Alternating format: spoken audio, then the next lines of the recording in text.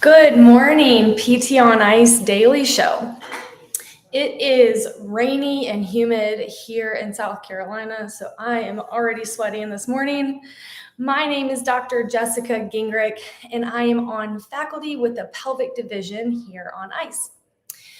Dr. Alexis Morgan and Dr. Ellison Melrose and myself are coming off a fun webinar with the CrossFit Affiliate Southeast team, where we were talking about coaching the pregnant and postpartum athlete, trying to keep those athletes in the gym as long as we can throughout their pregnancy and get them back in the gym as early as we can in that postpartum timeframe. So I wanted to take this opportunity to continue the conversation more specifically around the benefits of training the core during the first 12 weeks postpartum. As always, we want to just highlight some wonderful opportunities to learn. And so we are coming your way. Go ahead and head over to ptonice.com to see when we are close to you for our 2-day live course. That is where we take the internal exam and we bridge it with return to sport, return to endurance training, return to strength, gymnastics, and so much more. We also have an 8-week online course that is wonderful. It runs every 8 weeks. So if that is something that you want to hop on, if that's easier for you to get to, head over to ptonice.com to snag your spot. So we are in a really exciting time within that pregnant community. We are starting to see women push boundaries and challenge the norms around exercise. However, the question always continues about returning postpartum, when to do it, how to do it. We often hear, what's safe and unsafe. And here at ICE, we actually like to just not use those words because it's more so about what you're ready for and what you're able to do in that snapshot of time. So we know that every pregnancy, birth, prior fitness level, and so many other factors vary per person. However, we also know that returning to exercise postpartum has massive mental and physical health benefits. So what I want to do is I want to define that 4th trimester. So this is the time period between 0 and 12 weeks postpartum, where those physical, mental, and emotional changes are huge. They're huge in so many ways, and exercise can be such a massive benefit to mom. And so we want to make sure that we're doing them justice. So as we make recommendations for core training, we need to respect certain factors. So that's going to be tissue healing timeframes, pain levels, the amount of help someone has at home, maybe sleep, how much sleep they're getting, how they're eating, what they're eating. Are they trying to get their breakfast in as soon as baby starts to cry, and then they're getting their lunch in as soon as baby cries? And moms are really good at putting themselves first, right? But most importantly, we have to respect function. As hard as we fight for maternity rights, for example, longer maternity leave, mom still has a job at home. She's caring for a newborn. Potentially other children are at home, and likely has physical demands of a job waiting for her 8 to 12 weeks later, which means she needs to strengthen her core, and she really needs it now. Too often the recommendation is taking that 6 to 8 weeks off after birth, which encourages a significant amount of deconditioning, making motherhood, return to work, and a whole lot of other things a lot harder.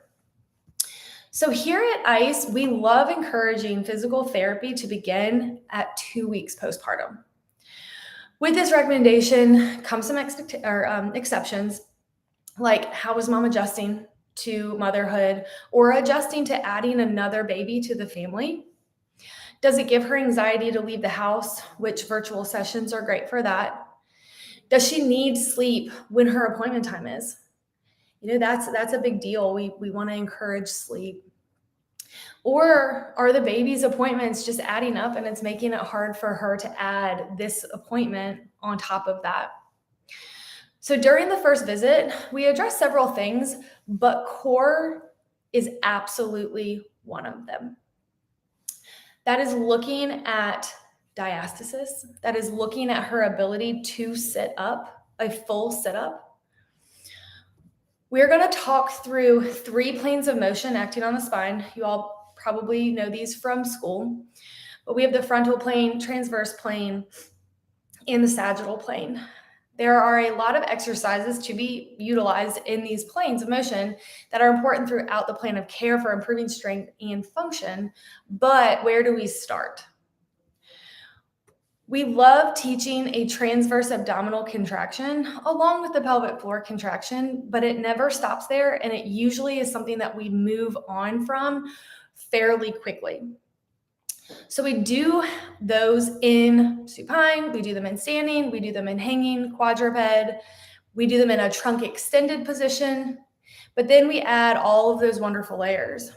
So our top 3 exercises to begin and to start with are the Palloff press, the supported sit-up. This is such a great movement, right? It encourages that full range of motion. Mom is having to sit up out of bed multiple times in the night to feed. And then the unilateral farmer's carry. I always get a kick out of moms coming into the clinic holding the carrier. That thing is heavy. I've carried it out for a couple of moms just to kind of get an idea of how much it weighs with baby inside. It's heavy, and they are having to carry that immediately postpartum to appointments because they can't leave baby at home.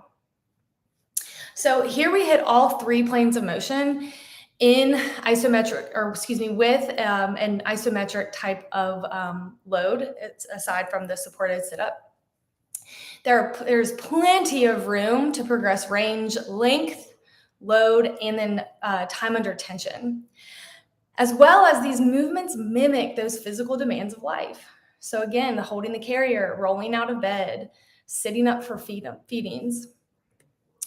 We often get asked the question, but what about diastasis? So we are assessing that in that first visit, but the goal around diastasis is to coach points of performance. So if you are seeing coning or doming in the midline with a certain movement, can we take a step back, coach those points of performance, and then modify if your client is unable to maintain those points of performance? If they are unable to, you adjust. We need to get the core stronger.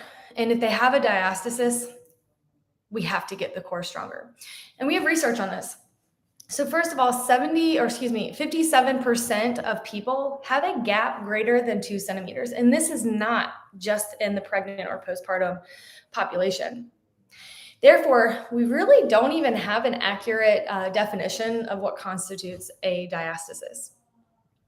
Furthermore, Hills et al. Found that diastasis recti was associated with decreased sit-up strength and decreased torque generating capacity, a literal weakness issue.